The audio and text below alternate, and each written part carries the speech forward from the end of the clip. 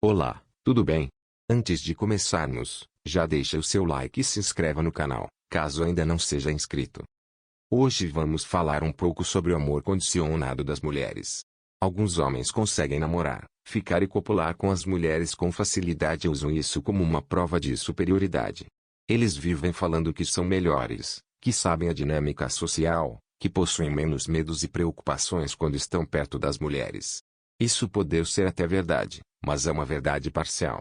As mulheres também não os amam. O bonitão assediado que se julga superior por copular fácil também não é amado. As mulheres não amam os homens em si, mas as funções sociais que eles cumprem.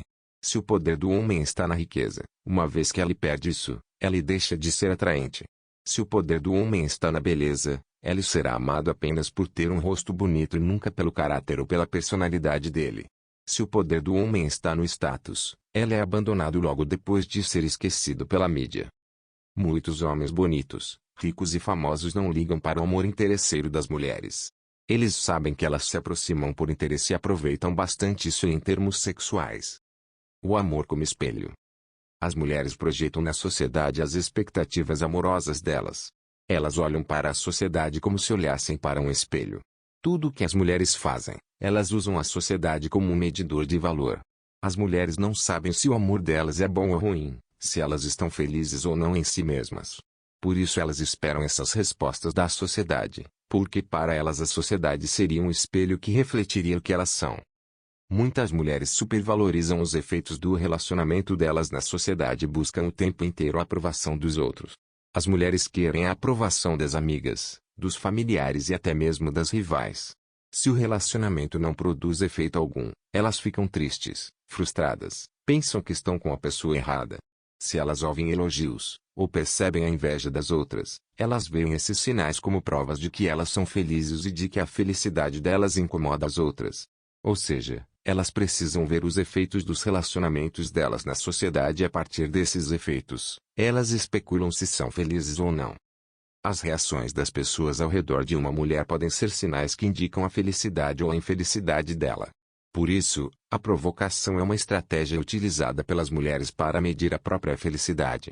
As mulheres adoram provocar os outros. Elas buscam a confirmação da felicidade por meio das reações das pessoas.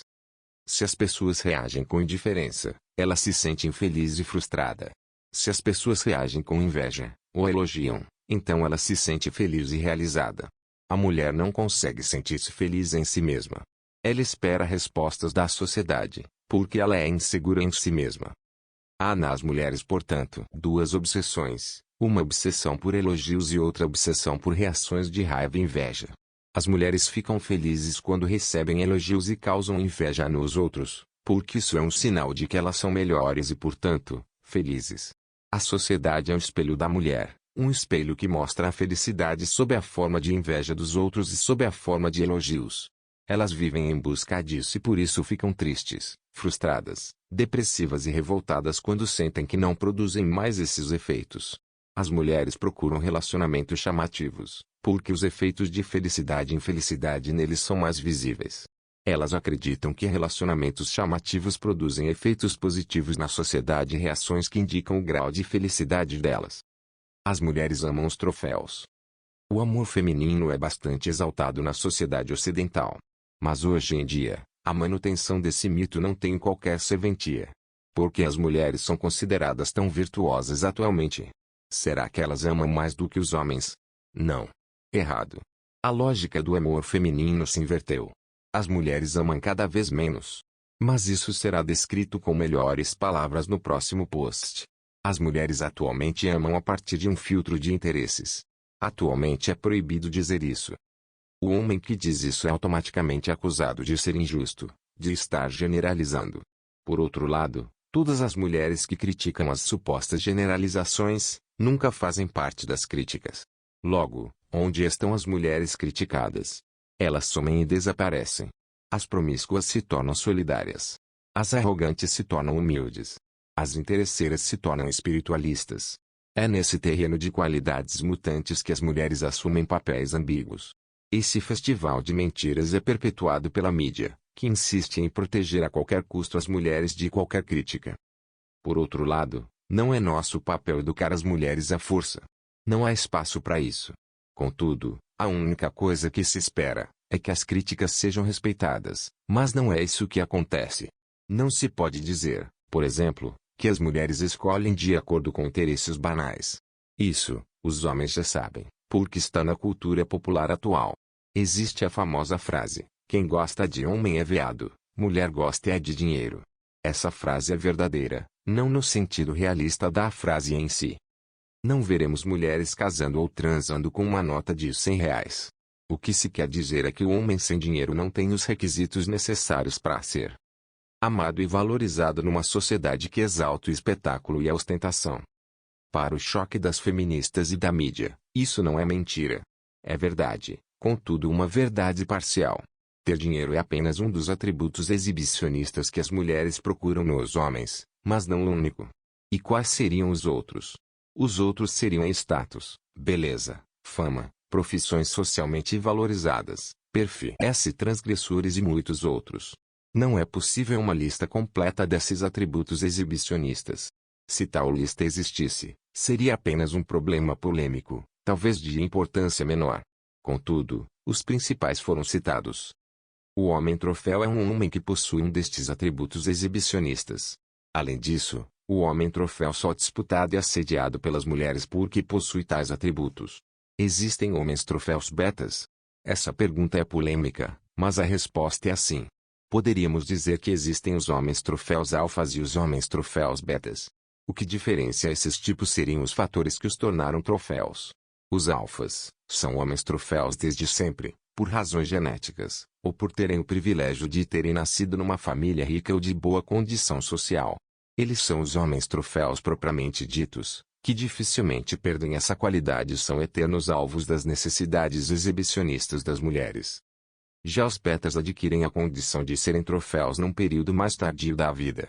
São troféus de segunda classe, rebaixados na hierarquia dos troféus. Além disso, são troféus sempre numa situação temporária e insegura. Betas são homens que dependem do emprego para serem troféus. São homens que chegaram a ser troféus por meio da ascensão social e estudo. Por serem troféus tardios e nunca precoces, os betas são os alvos principais dos interesses das mulheres promíscuas que veem os relacionamentos de um ponto de vista banal. Mulheres que perderam a capacidade de barganhar com os alfas, adquirem uma falsa humildade e passam a valorizar os betas e a tratá-los como troféus. No fundo, elas tratam os betas como troféus de latão, enquanto os alfas são e serão para elas sempre troféus de diamante. Mas entre o exibicionismo fraco e frustrado ao lado dos betas e a ausência de exibicionismo, as balzacas preferem os betas. Para a mulher heterossexual mais velha, o balzaca ao sentido da vida é estar ao lado de um homem, exibindo valor e poder na sociedade. Balzacas supervalorizam a vida afetiva delas, porque agora as coisas são mais difíceis e deste modo, elas preferem os betas do que a solidão. Mas tudo é feito de uma forma totalmente calculada. Elas não amam os troféus de latão. Elas os usam para uma glória menor. A fase da vida mais importante para elas será sempre a glória da juventude. Quando elas envelhecem, elas lembram com alegria e nostalgia das surras de hípica que levavam dos alfas e como elas ostentavam troféus de primeira linha. As mulheres amam os períodos mais exibicionistas da vida dela, porque nesse período, o ego delas subiu a alturas desconhecidas e elas ficaram com a ilusão de poder infinito.